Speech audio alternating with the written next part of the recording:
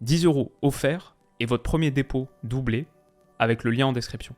Les amis, bienvenue, j'espère que vous allez tous très bien, très content de vous retrouver pour cette nouvelle vidéo et pour ma preview des quarts de finale de Ligue des Champions qui commence ce soir et qui amorce une fin de saison, la dernière ligne droite de cette fin de saison qui va être très rapide et assez extraordinaire parce que dans un peu moins de 2 mois, c'est déjà la finale de Ligue des Champions, le 10 juin, finale de Ligue des Champions. Et surtout, moi je trouve que c'est une compétition qui prend longtemps à démarrer, il y a cette phase de groupe un peu interminable, janvier on n'a pas de match, février, mars, 2 mois pour faire les huitièmes de finale. Et là, ces quarts, ils se jouent sur 2 semaines consécutives, ça veut dire que ce soir, on commence avec City Bayern et Benfica Inter, mais mercredi prochain à minuit, c'est bon, c'est plié, on a déjà nos 4 demi-finalistes. Ça va être fou, ça va être génial, et toutes ces rencontres, elles seront analysées. Comme j'en parle depuis quelques jours sur la chaîne, dispositif spécial pour les 2 prochaines semaines, toutes les rencontres analysées, une le soir, l'autre le lendemain avant midi. C'est ma petite promesse, ce soir on va faire City Bayern, mais demain avant midi vous aurez aussi Benfica Inter et ainsi de suite chaque jour. Ça va être très cool, j'ai hâte. Voilà, installez-vous confortablement, je vous parlerai de mes petits soucis techniques là, qui ont conduit à ce que cette vidéo elle soit délayée dans quelques minutes. Mais installez-vous bien et on va commencer tout de suite par Benfica Inter. C'est ce soir là, c'est dans quelques heures, dans 9 heures peut-être, au moment où vous regardez cette vidéo, quelques heures à peine, Benfica Inter, le choc à Lisbonne. Ce que je peux dire déjà, c'est que parmi les 8 qualifiés, les 8 équipes encore en lice, l'Inter c'est peut-être celle qui arrive en souffrant le plus. Il reste sur 6 matchs consécutifs sans victoire. Défaite en début mars contre la Spezia qui était 17ème. Défaite contre la Juve, défaite contre la Fio. Ce week-end, un match nul 1 partout contre la Salernitaine. Les pauvres, ils n'ont pas eu de chance, ils ont encaissé ce but-là à la 90e minute, en plus de Candreva, ex-Inter. Coup dur, mais en attendant, le résultat, c'est qu'ils sortent du top 4 de Serie A. Pour la première fois depuis longtemps, il n'y a pas si longtemps, ils étaient dauphins de Naples. Là, ils sont 5e, la Roma est passée devant. Leur fin de saison peut être une catastrophe totale. Et je sais que du côté de l'Inter, beaucoup appellent à la fin de l'ère Inzaghi, depuis un moment déjà. Maintenant, il y a tout ça, et il y a cette crise-là qui se dessine, et il y a aussi le fait que c'est une équipe qui est encore engagée dans toutes les compétitions, qui est à qu'une seule petite marche, ils ont fait un partout à l'aller, une marche de la finale de Coupe d'Italie, qui est encore en course pour le top 4 en Serie A, et en Ligue des Champions, qui va jouer un quart de finale contre Benfica. C'est pas un bon tirage, mais c'est pas le pire tirage que tu pouvais avoir non plus. Et ils sont plutôt du bon côté du tableau aussi, donc qui sait, peut-être un truc incroyable qui va se jouer de leur côté. Simone Inzaghi, on va dire c'est pas un super entraîneur de championnat, visiblement, à l'évidence, mais en revanche, en coupe, il trouve souvent des plans qui fonctionnent assez bien. Est-ce qu'ils peuvent le faire donc contre Benfica à Lisbonne ce soir ? Benfica, on va dire, ils ont perdu contre Porto. Ce week-end, c'était vendredi soir plus précisément, le match de 19h. Ils ont perdu 2-1 à la maison. C'est seulement leur 2e défaite de la saison, toutes compétitions confondues, donc pas de panique. Benfica fait une excellente saison, ils sont toujours en pole position pour le titre, etc. Mais c'est une défaite qui arrive peut-être au pire moment pour eux. Alors ce soir, Otamendi est suspendu, ça c'est un vrai coup dur. Et aussi, ils ont 3 gars sous le coup d'une suspension qui sont peut-être 3 de leurs 4 ou 5 joueurs les plus importants. Florentino, Gonzalo Ramos et Joao Mario, s'ils prenaient un jaune, il serait suspendu pour le match retour. Attention à ça. L'Inter aussi d'ailleurs, on a 3 qui sont sous la menace. Bastoni et Lautaro Martinez, attention à eux. Benfica est favori. Benfica qui est invaincu en Europe cette saison, une des 3 seules équipes encore dans ce cas. Ils ont absolument démoli Bruges au tour précédent, 7-1 sur les 2 matchs. Ils sont à la maison, ils jouent ce soir à la maison à Lisbonne. Voilà, ils sont les favoris, ils sont aussi les favoris des bookmakers avec cette cote à 2,10. Moi je vais dire ça va être un match qui va être tendu. L'Inter va chercher à le fermer, le cadenasser au maximum, un peu ce qu'ils ont fait en 8e de finale contre Porto, un autre club portugais où ils s'en sortent avec une courte victoire 1-0. L'idée pour eux, je pense, c'est revenir à la maison, revenir à Giuseppe Meazza avec un 0-0, avec un match nul et faire la différence chez eux. Benfica pour moi, c'est le favori de la double confrontation. Pas de beaucoup, mais ils le sont, peut-être 60-40, un truc comme ça. Il y a quelques semaines, j'aurais mis Benfica pour sûr. Là, petit doute avec leur faux pas contre Porto, à la maison en plus, ils n'arrivent pas dans les meilleures configurations. Otamendi suspendu. Je vais dire peut-être match nul sur cette rencontre. Je crois que Simone Inzaghi est toujours capable de calibrer un plan tactique qui fonctionne bien dans les grandes rencontres, les rencontres de coupe. Et après avoir beaucoup parlé en bien de Benfica, j'ai peut-être un peu peur là. Je sens l'Inter capable de faire un petit coup.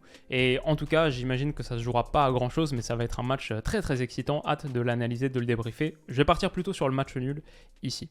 City Bayern, alors ça, c'est ce soir, ça arrive très vite. J'en ai fait une vidéo dimanche. J'ai fait 15 minutes d'analyse approfondie de cette rencontre, tous les éléments narratifs, tactiques. C'est bien sûr le match qu'on attend le plus. Donc ça, je vous la mettrai en description si ça vous intéresse. Et comme ça, on peut passer tout de suite sur Milan-Naples. Ça, c'est les matchs de demain. Milan-Naples d'abord. On a eu l'échauffement il y a quelques jours. On a eu la preview il y a quelques jours en Serie A avec cette victoire absolument déroutante et imprévue, il faut le dire, de l'AC Milan 4-0 à Naples au Maradona. On avait analysé ce match, on avait une vidéo. Et pour moi, les points saillants, c'était l'AC Milan qui repasse en 4-2-3-1. Du coup, c'est ce que j'attends aussi demain soir. Un AC Milan en 4-2-3-1 avec Bennacer en 10. Pour la première fois de la saison, Bennacer en 10 pour contenir, pour faire du marquage individuel sur Lobotka et empêcher Naples d'accéder à l'axe avec son 4-3-3 point de basse et de dominer cette section du jeu. Lobotka pris en individuel là, de partout, dans toute la rencontre, avait dû sortir autour d'une heure de jeu à peu près. C'est un plan qui avait été parfaitement exécuté par Pioli et je m'attends à le voir reproduit. Parmi les autres points saillants, on va dire les très très grosses performances individuelles de Tonali qui avait été magique. Bon, de Brahim Diaz qui avait fait peut-être son meilleur match de sa carrière avec un maillot de l'AC Milan, peut-être le meilleur match de sa carrière tout court, il avait été énorme, même s'il avait dû sortir assez rapidement à cause d'une blessure autour de la 56e minute. Et Raphaël Leao, bien sûr, double buteur à chaque fois, avec le sourire, des grosses performances individuelles du côté de l'AC Milan. Peut-être le dernier point majeur de ce match, c'était l'absence de Victor Osimhen et la mauvaise nouvelle pour Naples, il sera aussi absent demain. C'est un vrai problème pour eux. Il y avait Giovanni Simeone titularisé, j'en ai parlé un petit peu dans l'analyse. Pour moi, bon joueur, dans l'absolu, bon joueur, mais apporte pas les mêmes choses, pas les mêmes qualités. Il avait fait plutôt un mauvais match, discret dans la participation au jeu. Pas très bon à la finition sur les 15 premières minutes où il avait eu notamment une bonne occasion, voire deux. Donc c'est un problème. Raspadori avait été mis en pointe ce week-end là contre Lecce à la place de Giovanni Simeone qui je crois était un petit peu touché à la cuisse. Les deux pour moi des bons joueurs dans l'absolu, très prometteurs en plus dans le cas de Raspadori, mais c'est juste qu'ils ont eu tellement peu de minutes cette saison derrière l'inamovible Osimhen que dans ce 4-3-3, voilà, il n'y a qu'une seule place en pointe. Et là, arriver sur ton quart de finale de Ligue des Champions sans le mec qui t'a planté 25 buts, toutes compétitions confondues, et qui t'apporte tellement, que ce soit dans la participation au jeu, l'agressivité, le domaine aérien aussi, la taille. On a vu Naples à quel point ses centres étaient peu repris contre l'AC Milan en son absence. Voilà, c'est tellement de choses qu'apporte Victor Osimhen que son absence, c'est un gros problème. Bon, peut-être la bonne nouvelle pour Naples, c'est que Brahim Diaz, qui avait fait un excellent match comme on en a parlé, il est sorti sur blessure, il a joué quelques minutes ce week-end. Je m'attends à le voir titulaire demain soir, mais je pense pas qu'il sera à un super niveau, je pense pas qu'il pourra reproduire la même performance, déjà parce que c'est fondamentalement un joueur inconstant, alors si en plus physiquement il est un peu touché. Il n'y a pas de Pierre Kalulu non plus qui a repris l'entraînement, qui pourrait être là pour le retour, mais il n'est pas là pour l'aller non plus. Donc voilà, beaucoup d'éléments, ça va être un super match, ça c'est une certitude, mais je vois pas du tout un match similaire à celui qu'on a vu et analysé l'autre jour. Je pense que Milan a fait le match parfait ce soir-là. Vraiment, il y avait des performances individuelles de très haut calibre. Ils ont montré leurs armes aussi tactiquement. Maintenant, Spalletti sait plutôt à quoi s'attendre. Tout avait bien tourné pour eux. Et je ne les vois pas capables de reproduire cette performance. Je veux dire, Naples est prévenu aussi. Et cette lourde défaite, elle est peut-être salutaire de ce point de vue-là. C'est vrai que Naples se déplace à Milan. Mais sur les 3 derniers déplacements au San Siro pour Naples, 3 victoires. Sur la dernière saison et le match de cette année-là, le match aller en Serie A, 3 victoires sur les 3 derniers déplacements à Milan pour Naples. Donc je ne vois pas Milan l'emporter sur cette rencontre. Sans Osimhen, je pense que Naples peut aussi manquer un petit peu de tranchant. Pour l'instant, malgré la large victoire de l'AC Milan il y a quelques jours, pour l'instant Naples est encore mon favori de la double confrontation, mais j'ai peur qu'il manque un petit peu de tranchant sur ce match aller. C'est pour ça que là aussi je pars plutôt sur le match nul. On va voir, ça va être hyper excitant, trop hâte, mais plutôt le match nul entre les deux cadors italiens, qui vont sans doute vouloir aussi se préserver en vue du retour, pas trop se livrer, on peut imaginer un match, un petit peu de calcul peut-être. Moi c'est plutôt ce que je sens sur ce match aller. Et enfin donc, on est sur Real Madrid-Chelsea qui se joue aussi demain soir à 21h. Real-Chelsea, c'est sans doute le match qu'on analysera tout de suite après le coup de sifflet final. C'est le repeat du quart de finale de l'année dernière qui avait été absolument incroyable. Si on peut avoir un scénario similaire dans un sens ou dans l'autre, je signe à demain quel match c'était. C'est deux clubs qui arrivent blessés aussi. Le Real Madrid ne va pas remporter la Liga et s'est incliné contre Villarreal à la maison il y a quelques jours. Bon, Chelsea aussi est à la dérive. Pour son premier match en tant qu'intérimaire, Lampard a aussi connu la défaite ce week-end contre les Wolves. Donc on a deux équipes qui ont perdu ce week-end, mais il y en a quand même une qui est nette favorite. Forcément, c'est ce Real Madrid version Ligue des Champions qui au tour précédent a rencontré Liverpool, 2 matchs, 2 victoires, dont une à Anfield, qui était extraordinaire. C'est un Real Madrid qui vient de désintégrer le Barça au Camp Nou en demi-finale retour de Coupe du Roi, donc ce Real version coupe, il est toujours très difficile à battre, très difficile à éliminer sur une double confrontation. Cette vidéo, elle m'a coûté un strike malheureusement, si vous la cherchez sur la chaîne, elle est plus disponible. C'est la mauvaise nouvelle que j'ai reçue hier, une chaîne de télé sud-coréenne. Je pensais que les screenshots annotés, commentés, c'était un problème de copyright et que c'était un résumé du match, etc. Ils n'ont pas fait de distinction. Donc la vidéo est out, premier strike sur la chaîne, celui de la Coupe du Monde avait été résolu, avait été supprimé.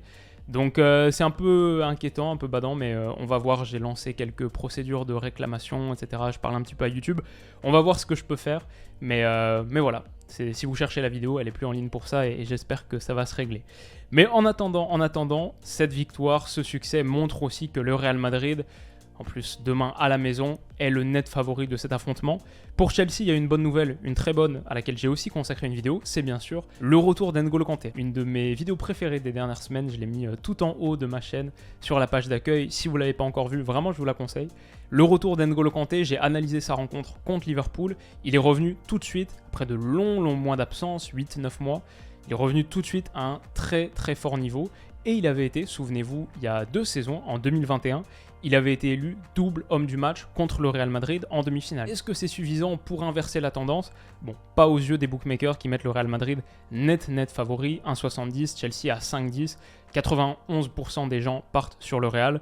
Le Real, version Ligue des Champions, à la maison, sera vraisemblablement toujours le favori, encore plus contre ce Chelsea qui souffre. Ça, c'est des cotes, et encore le Real Madrid à 1,70, plutôt une cote intéressante. Ça, c'est des cotes que vous trouvez sur Winamax, qui sponsorise cette vidéo, qui sponsorise ma chaîne. Comme vous le savez, cette offre-là, 10 € offerts au moment de l'inscription, et votre premier dépôt doublé, c'est minimum 15 € et c'est jusqu'à 100 €.